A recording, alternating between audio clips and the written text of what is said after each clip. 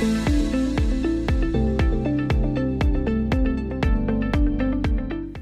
so first of all, I would like to thank the Sociologique for inviting me here to participate. It's a real honor and pleasure to be here amongst all of these really well-known professors.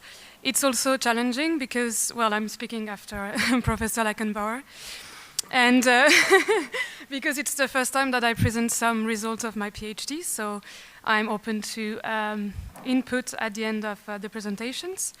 We are going to talk about the social contribution of the Canadian Rangers. So we will start with a short introduction, followed by a presentation of an assimilation theory and an agency theory. We will then go into the details of the data collected, and then we will conclude. So as we heard in previous presentations, studying relationship between indigenous peoples and the army gives a better understanding of the place given to indigenous in society. This presentation will focus on the current social costs and benefits of the Canadian Rangers at the operational level. So briefly said, the Canadian Rangers is a subcomponent of the Canadian Armed Forces Reserve. It is deployed in remote areas of Canada. And Canadian Rangers Patrol are mainly composed of indigenous under the responsibility of a non-indigenous instructor. This analysis is based on interviews conducted with the two CRGPs, so the Canadian Rangers from Quebec. Interviews were conducted in August 2016 in Aupalouk and in December 2016 in Saint-Jean-sur-Richelieu. In total, 20 interviews were conducted, 10 with Rangers, including 8 Inuit, and 10 with the chain of command, including 8 instructors. The analysis of this corpus was made using two concepts, assimilation and agency, and was conducted around two main questions. How do the participants describe the Canadian Rangers Patrol, and do elements of assimilation or elements of agency transpires from their discourse? Based on an inductive analysis, this paper discusses whether the Canadian Rangers are seen by respondents as a tool of assimilation and or as a reinforcing mean of Inuit communities' agency. In other words, we will focus on their discourses and then on the vocabulary they used. So, as already said, two central themes were identified in the corpus. First, elements pointing toward assimilations were identified, yet those elements refer to the assimilation, albeit limited, of instructors to Inuit culture. Here, and I cannot stress that enough, one must not forget the painful history of forced assimilation endured by indigenous people not that long ago. Forced settlements and residential schools are some of these examples. That being said, we will focus here on the present and on the vocabulary used in the interviews. Huge cultural differences still exist, and when someone goes up north, he has to adapt. In the past, this necessary adaptation resulted in restructuration of Canadian Rangers patrols, and today it might also lead to a limited instructors assimilation, as we will see. Second, elements referring to Inuit agency were identified. Those elements further explain the active support of Inuit for Rangers patrols. Before going into the details of the interviews, we will shortly present a theory of assimilation and a theory of agency. So we are going to speak about Schnapper's assimilation theory. In La relation à l'autre, Schnapper explains two ways to perceive the other. The first one takes into account the difference and the diversity of societies. The other is accepted with his difference, but he's stuck in his inferiority, which is definitive. The second one derives from universalism. Differences are taken into account, but the unity of human race prevails. Each has the same capability and the same moral potential, even though it might not be expressed in the same manner. A risk exists that universalism leads to assimilationism.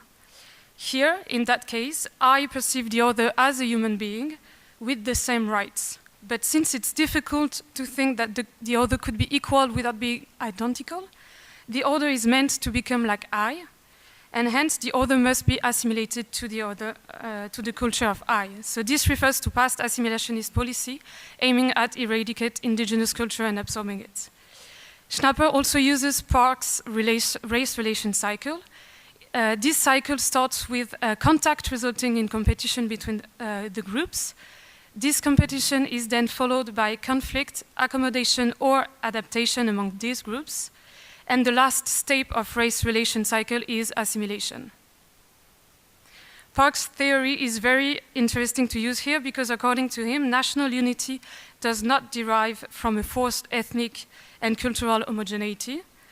Hence, the process of assimilation refers to the idea that individuals, by participating to several dimensions of the collective life, by sharing experience, techniques, and way of lives, are progressively able to build a common cultural life.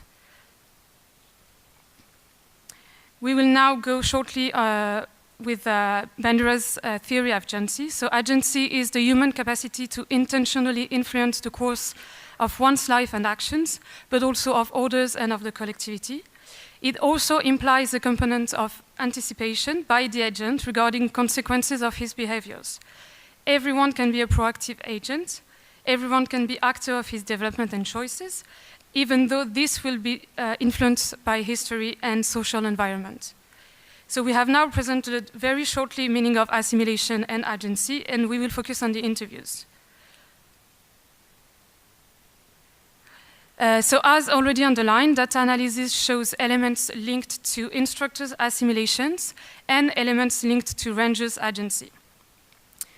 This assimilation is possible thanks to a better understanding of indigenous peoples within the patrols.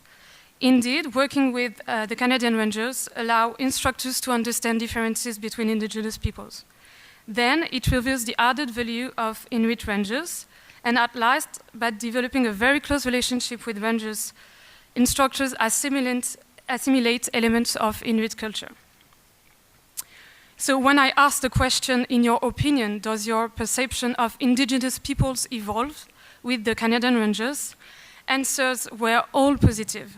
Several instructors admitted that they had a wrong idea of indigenous peoples before joining the patrols. A lot of instructors didn't know the differences between First Nations, Métis, and Inuit, and they were not aware of the differences between life in First Nations reserves and life in Inuit communities. We can see on the slide the example of Kujwarapik, a town split in two with an Inuit side and a Cree side, and it's administered very differently between the two parts of the city. So Canadian Rangers reflect well the cultural diversity of Canada and help better understand Indigenous peoples and the difference between them. Canadian Rangers are also a tool to show Inuit added value. In instructors' discourses, an admiration toward their rangers was identified. So, for example, M8 speaks about them in words such as "the gang is excellent," and he also spoke about a search and rescue conducted 5 years ago, where the rangers found the victims within 12 hours, whereas Trenton teams apparently were looking for them for the last 48 hours. He also underlined that rangers gives pride and that the youth were really watching out for them in the communities. So as we can see, instructors stand up for their patrols and are really impressed by their capabilities and their added value to the community. Inuit also see this added value, even though they did not express it in the same way. Indeed, Inuit participants also underlined the pride of being a ranger. What they learn in patrols allows them to be operational with other constabulary teams. We can read on the slide an example of a search and rescue operation where Sécurité Québec was really surprised by rangers' capabilities. Another participant also explains that the patrol taught him to be a role model to the communities. So these stories show 2 points of view. For instructors, the patrol's capacities are impressive. In their opinion, a huge part of ranger strength comes from the everyday experience and from their local knowledge. For rangers interviewed, these capacities are the result of their knowledge, but also of the trainings that they received as rangers. Whatever the side expressing it, these points of view underlines the same thing. So the subcomponent shows the added value of rangers, and it helps the rangers to be more efficient. Spending time with Inuit, learning their culture, and witnessing their strong capabilities might lead to a limited instructors' assimilations.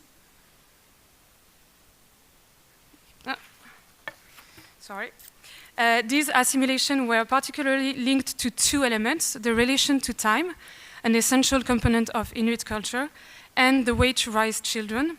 We will only cover the relation to time here, because all instructors underlined it. Indeed, strict respect of timing is a key point in the military. In the past, this different relation to time was one of the biggest challenges for the patrols, and since it resulted in a lot of conflicts, Canadian Rangers adapted to this cultural aspect. In interviews, instructors and rangers told me that an instructor must accept it and must learn to be patient to work with the Rangers patrol. So we will now cover elements of Rangers agency. These elements were particularly identified in discussions about the number of Rangers, about the central role played by family and community for the Inuit, and finally, elements of Inuit culture and personality can also be linked to agency. During my studies, several persons spoke about a drop in the number of Rangers, so I tried to understand what could be the reasons. Lots of different answers were given. For some, this could be the result of elements linked to the Canadian Rangers institution, and for others, it's linked to elements from outside. So a particular emphasis was put on the implementation of a new rule. Since the Junior Rangers launch in 1995, Rangers must produce a copy of their criminal records to work with kids, and several candidates apparently do not apply because of this. They do not want to go to the police to ask for their criminal records because they are too afraid maybe to discover what's in it. Other elements suggested are the trainings that might be redundant, or that sometimes the Rangers are warned too late to find a solution at work. Elements from outside of the institution were also given. A particular emphasis was put on demography. There is a lot of old Rangers and a lot of young ones, but there is a lack of Rangers from middle age. So there are not a lot of Rangers around 35, 40 years old, so there is a big challenge to pass knowledge from the elders to the youth. Okay, I'm going to. Okay, we are going to speak about the motivation to join Canadian Rangers, because in Inuit culture, family and community is central, and helping family, friends, and neighbors is the main reason why Inuit join the Rangers patrols, to be better prepared to save life and to prevent people from being hurt. This is well illustrated by the quote on the slide. So this shows that Rangers agency, since they joined to help the others. And finally, this agency is also linked to Inuit culture and personality. Indeed, and this happened in the past, in case of disagreement or conflicts, Inuit will rather leave than verbalize disagreements. Therefore, showing up and actively participate to a patrol is in itself a sign of agency. Rangers agency can also be linked to Junior Rangers program, because it's a program that was apparently launched following Inuit leadership, because they believe that a program close to the cadet was really good for the youth. The expansion of the Canadian Junior Rangers depends also partly on Indigenous agency, because the implementation of a new patrol in a community comes from personal initiative, and you can see on the slide one participant describing how she launched the Junior Rangers patrol in her community. So these examples show that Indigenous are far from being passive, and they choose to join a patrol and to develop them because it's good for their communities. So to conclude, experience and techniques shared in the field build a common cultural life between rangers and instructors, and these common goals and actions allow a patrol to function and be efficient. On the other hand, rangers intentionally influence their lives and action and the life of their community. When they choose to join a patrol, to follow trainings, or to implement a Junior Rangers patrol, they do so to be better trained, to save life, and to help communities and their youth. So to sum up, inductive interpretation of interviews reveals that Canadian Rangers are seen by respondents as a tool of limited assimilation of instructors and as a means to contribute positively to the agency of Inuit communities. I just wanted to leave you with a quote that I think is really interesting. One participant told me that in patrols they are mixing military culture and Inuit culture, and by mixing these two kinds of cultures, they find units and way to work together. Thank you for your attention.